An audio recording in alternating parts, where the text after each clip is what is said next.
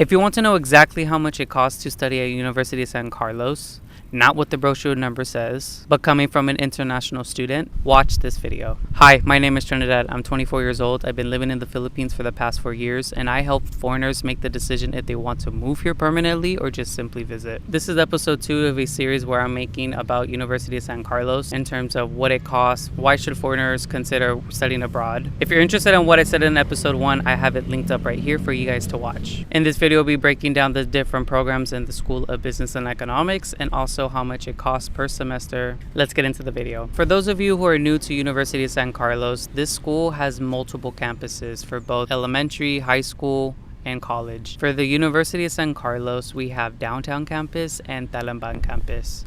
For my school specifically, in the department that I chose, is called School of Business and Economics. Think of schools as the departments of each cluster of different programs. And within this, there's 6 different clusters. The first one is marketing management, financial management, operations management, accountancy, entrepreneurship, and hospitality and management. Throughout University of San Carlos, you'll hear SAS or you hear SAFAD. And it's just anagrams of the different types of programs inside of the school. If you are associated with this school, then all of the classes that you need and are associated with your degree will mainly be in that department/building. Besides School of Business and Economics, the other department/schools that you'll also see in Downtown Campus are School of Law and Governance, School of Education, School of Arts and Sciences. And this is something that you should take into consideration because if you are a major in engineering or architects, that is going to be in TC campus, and where the location of both of these campuses are on 2 different ends of the city. And if you are also looking into boarding and where to live nearby the school, that is something that is really important for you guys to know, because the last thing you want to do is sign a year lease with a boarding house and you have to go on the other side of the city just to attend your classes that are really early in the morning, like 7, 8, or sometimes it may be late at night. Please make sure that you are in the right area. And the most popular ones at University of San Carlos, I would say, is financial management and also marketing management. Accountancy can be a bit trickier to get into and stay for the full 4 years because you have to take entrance exams at the end of every semester. Since I came from the School of Business and Economics as a financial management student, I think I'm just going to show you the programs in this selected school. And the good thing about business administration programs is that they're very versatile. You can plug them into any different industry. The first one we'll talk about is accountancy. By the end of your 4 years, you should be able to acquire this knowledge. Mastering financial reports, taxation, auditing, and the global regulatory frameworks acquired to manage and verify corporate finances. In terms of like how hard this course is, I have some friends that are in accountancy and they said it's really rigid. You have to know all of the equations. The thing that really sucks about being an accountant student is that every semester, not only do you have to do your final exams and the miniature quizzes that you have throughout the entire semester, if you're not able to pass this exam, you cannot proceed to the next semester. And if you fail it once or twice, then they would actually make you shift to a different program instead of wasting any more of your time and money. If you still want to pursue accountancy, the dean would actually suggest that you transfer to an entirely different university. And after you complete your full 4 years and you graduate, then you would have to take a BART exam so you can get your CPA license, and then you're a certified public accountant. Here is what you need to know about marketing management. By the end of your 4 years, you should have an established knowledge base on how to analyze customer behavior, be able to conduct marketing research, and build digital campaigns that drive brand growth and awareness. So funny enough, I ran into a marketing student that is about to graduate with me and my other friends, and he was expressing to me some of the things that I was actually experiencing while I was in University of San Carlos studying for the 4 years. And he was basically telling me that a lot of the professors didn't want to teach the class, or if they did teach a class, it would be maybe for like 10 to 30 minutes, and then the rest of the time was allotted for homework assignments. And then the other percentage of class was used for the students to present to the other students on specific chapters in the textbook. So some professors within the first 2 weeks of the new semester, they like to structure their class by assigning a cluster of students to one particular chapter that they would then have to present to the students, and they would have to have Q&A sections. They would have to curate all of the calculations and whatever the teachings and frameworks that are in the textbooks, the students would have to find a creative way to teach it to the other students. And while us students were teaching each other, this professor would be probably scrolling on Facebook or giving their commentary on their presentations to make sure that whatever we said was actually valid and corrected. And it was funny because even though he was a marketing student and I was a financial student, we were experiencing similar teaching methods. Besides some of those professors, his 4 years were actually pretty solid. He was able to understand the frameworks, and some of the students taught it better than the professors.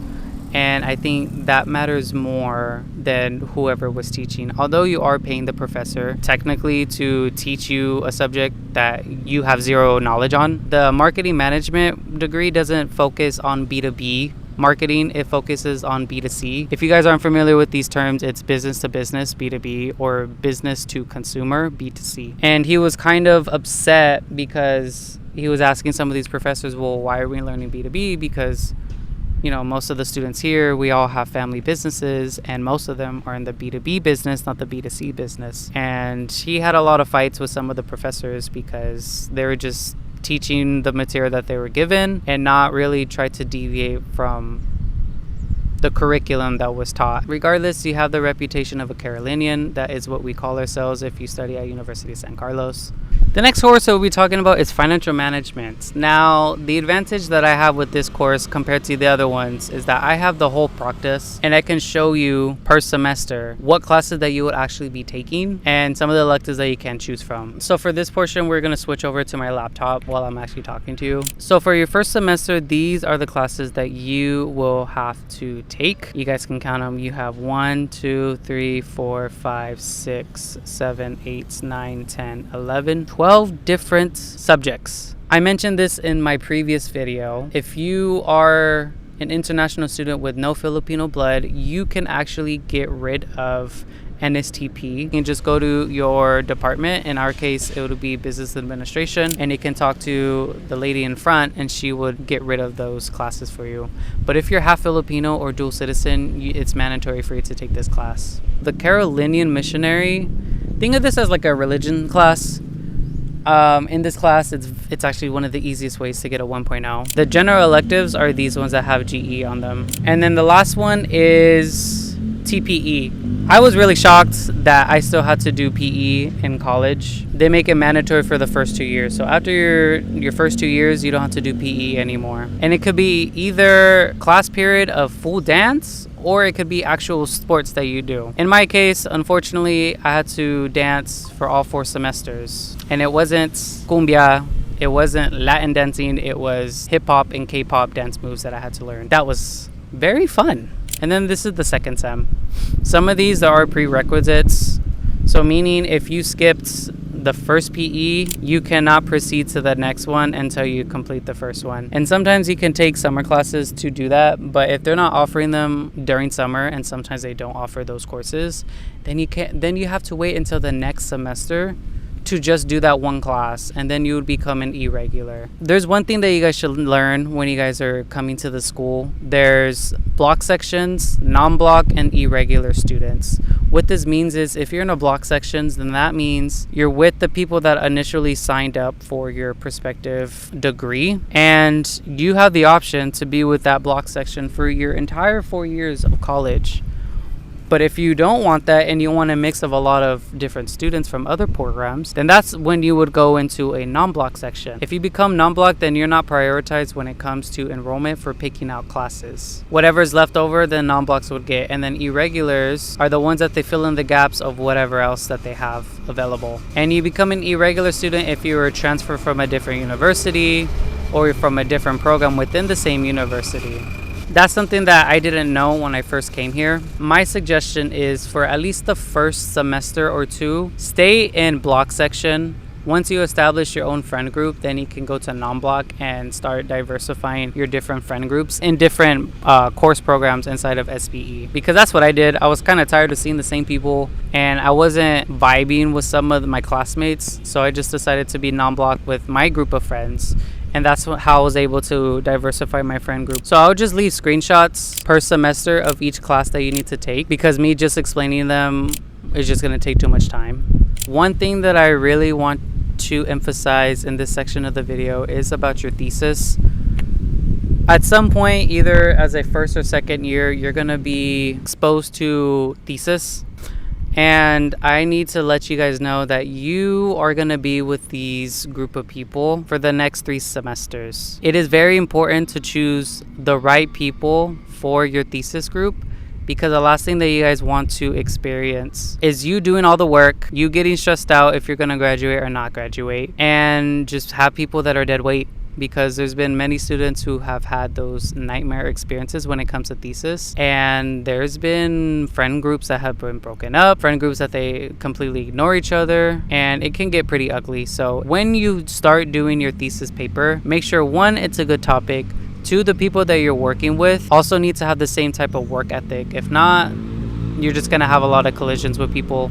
Your expectations are not going to be met. There's 2 different types of thesis papers that you guys can write, primary or secondary. Primary is you conducting the research, collecting fresh new data that has not been collected before on whatever target audience that you're targeting for your thesis study. And then secondary is you're already using other public information from companies and using that to defend your thesis paper. Second option, I would say, sounds a lot easier than dealing with Research Ethics Committee, which stands for REC. That's the route that me and my thesis group decided to go down, and they were a nightmare to work with. They are so late when it comes to responding to your emails, and then when they do respond to you, they sometimes give you an attitude. It takes a while for them to get to you because there's so many different programs that all go through REC from the entire university. And in my school alone, there's like 3,000 students, so you can only imagine how big University of San Carlos is for both TC and downtown campus. So I'm suggesting that if you do come and study at University of San Carlos, and when it's time to do your thesis paper, pick secondary information, not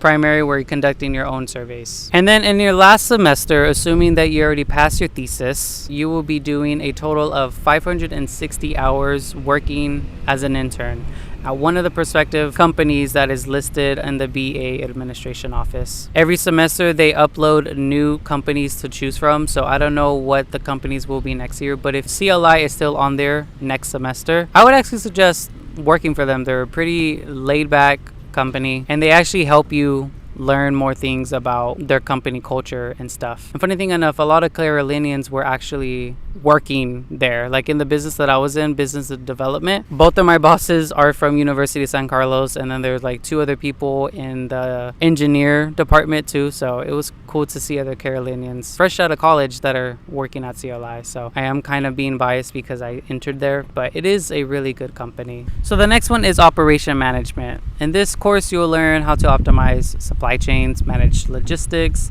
streamline business processes to increase efficiency and cut costs. Since this is all under business administration, you're kind of learning a little bit of every single one of these programs without you really realizing it. A lot of the operation management classes that we had to take in our class was business logistics, and that one was not too fun because the professor was just really mean and old.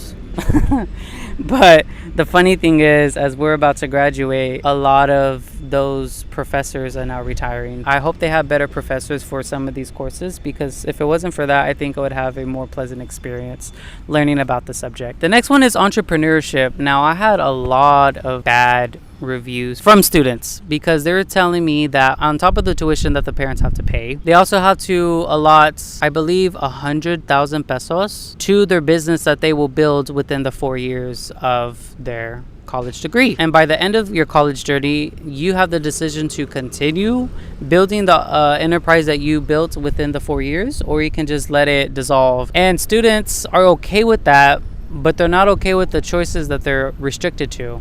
These professors are specifically saying you can only choose business inside of food, agriculture, and that's it. A lot of students are fighting back with the professors and asking, well, why can't we go into digital marketing?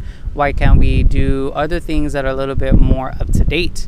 because getting in the food and beverage business and agriculture, the profit margins are very small. But a lot of these professors don't want to fight with the students, and they just say, well, this is the program that you have, this is what you're paying for your tuition, so you're gonna have to deal with it. Some students are not wanting to become an entrepreneur major because they don't want to have to pay that additional 100,000 pesos on top of an expensive tuition. Besides that, they say that you're able to learn how to identify market gaps, finding out what's missing inside of Cebu or internationally, draft visible business models, learning how to manage your startup funds, and then be able to scale new business ventures or pre-existing ones. A lot of the students say that this one isn't that hard. There's not many exams, but when there are exams, it's more related to your business. And last but not least, we have hospitality management. I don't know too many students from this course. It's really just studying how the hotel and restaurant industry works. You learn how to do customer service, you learn how to operate with people, you learn how to coordinate with staff, the tourism logistics, and just like service standard procedures that you see at like high-end hotels. From what I heard, if you're a people person, you would probably fit in with hospitality and management. So you guys are probably wondering how much I ended up spending the entire 4 years studying at University of San Carlos. So I ended up spending 271,840 pesos and 54 centavos. For the next several seconds, I'll just be showing you guys screenshots per semester of how much I ended up spending, and then after that I'll just show you guys a screen share of one semester of a breakdown of what's included besides the tuition while studying at University of San Carlos. If you want to see how much you owe the school, you would go under student tasks, then others, and then press assessment, and then pop up this screen right here. You press your term that you're in plus the academic year. For example, I'll just do the first year that I started studying at University of San Carlos. That was in 2022, and I'll choose the first semester. Okay, so for those of you guys who aren't familiar with the school system in the Philippines, in the States we have a 4.0. So a 4.0 equates to an A, then B, C, D, F.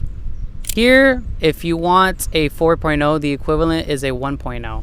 For each class, this is how much you'll be paying. So 4,458, and for electives it's 3,582. What I don't like about PE is that it's not even an accredited class. It doesn't hold any weight to your GPA. So we're just taking it simply to stay and fit. But besides paying for the course fees, you have these other semester fees that we're gonna break down. So the first one is BA convention fee. It's also known as BA Con, and it's basically an event that you have to attend every single year. And it's done in the first semester normally. It's basically an event that takes 5 to 6 hours of your day where you sit down around a lot of people. You listen to 4 guest speakers. If you have questions during the Q&A section, you ask your questions and then you leave, and that is it. To me, like, such a waste of time, because why are you gonna pull these people out of their day, out of their professions, to talk to students and not interact with them? Anyways, the next one is Canvas. So you guys as a student have access to Canva. All you have to do is go into their Canva website, go into the education tab. Once you go there, then you have to find your school and then also your email, and then they have to verify it. Once they verify your school email, then you're able to use all of Canva premium features. G Suite. So this is all for Google Workspace related tools. So you have Google Chats, you have the premium version of the Google Calendar, you have your Google Drive. So all of the things that you use inside of Google, it's the paid version. Guidance and counseling fee, if you want that, then that's what we have as well. Then we have international student programs and service fees. It's basically a student body organization where we do a lot of events with international students to become more culturally accepting and just mingle with other international students. Institution and operational fees, I don't know what that includes. And then library services. So you have several libraries to your disposal. You have the one NTC, which is like 4 stories tall, freaking massive library. You can go there to collect your books. You can go there to study. There's a lot of outlets. I don't know if the Wi-Fi is the best there, because the Wi-Fi connection in general in TC campus is just so bad. We also have the one in Law Building, which is in downtown campus, and then you have the other library within our campus. In terms of SBE, academic online fee, the membership dues, and the research fee, I don't know where that goes. SSC dues, I don't know what that is. Student affairs fees, I don't know what that is. Student program and activities. And then SIBE, that is basically the entire student body organization for business administration students. So sometimes they host events like Invest Talk, where we also have to go. And Invest Talk is just, you have people from like different industries that know a lot about finances, and then they talk about their experiences and how to help students become financially independent. Some of these organizations and these events that are mandatory for us to attend are a waste of time, and sometimes are not. So it's really hit and miss. It really depends on the organizers as well. Some of my friends were organizing the ones for the past 2 semesters, and I was actually pretty impressed with what they were able to pull. One of the events that we had the CEO of BDO come to our school and talk, and a lot of students were engaged with the CEO and their C-suite members. So that was pretty cool. And then these other fees are only related to us international students. Admission fee, the associate fee, and then the service fee. That service fee goes to immigration. The admission fee is for our application. And then if you pay the full amount, you get a 3% discount on your entire tuition for the semester. And more or less, this is what you're gonna have to pay per semester on top of your courses. Some semesters it'll be cheaper because you have like 1 or 2 classes. Some of them will be a full load like this one as a first year. But if you're an international student, you're gonna have to pay these. There's no way around it. And then you also have to be on top of renewing your visa, which is a totally different cost and operation besides attending at the University of San Carlos. Another thing that's worth mentioning, since we're already on the topic about tuition, if you want to cheapen it or you want to have student discounts within the 4 years of you studying, then I read the student manual of our school, and I had basically Gemini summarize some of the discounts. I would just put them on screen for you guys to screenshot, and some of them are actually not that bad. Like, I didn't know that if there's a same family discount privilege, if multiple siblings are enrolled in University of San Carlos at the same time, the school offers a specific same family discount percentage on tuition fees to ease the financial load on the family. That's such a perk, because there's a lot of students that I know that have a lot of siblings that want to go to the same school, but they simply can't afford it because one tuition alone is very expensive. But in terms of how much that percentage is, it doesn't say inside of the student manual. It's just a benefit that you could use to your advantage if you didn't know about it. So now you guys have a full breakdown per semester on how much I spent the entire 4 years that I was studying here at University of San Carlos. You learn more about School of Business and Economics. If that's something that you're interested in, then those are the programs that are all offered at University of San Carlos. And out of the 6, I would personally choose either financial management or accountancy. I feel like out of all of those programs, those ones have the best bang for your buck. Accountancy is just a bit harder to maintain and stay for the long term.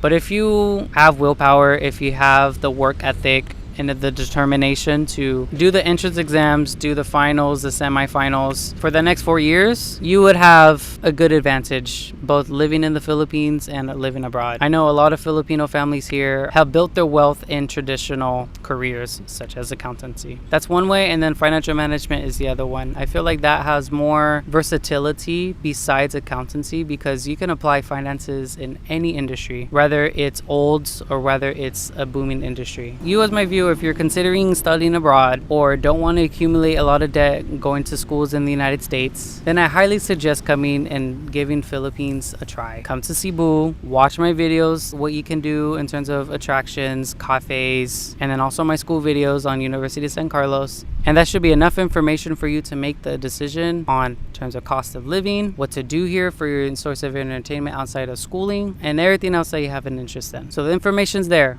You guys can do whatever you want with it. In my next video, we'll be doing a walk and talk tour of University of San Carlos downtown campus. So see you guys in that video. If you guys don't want to see any more of my USC series, then I have other videos right here that you guys can click, or if none of those are appealing to you, you can click on my channel and then surf through all of my videos and find something that is of interest. Subscribe to the channel because it does help push my videos out in the algorithm, and see you guys in my next video.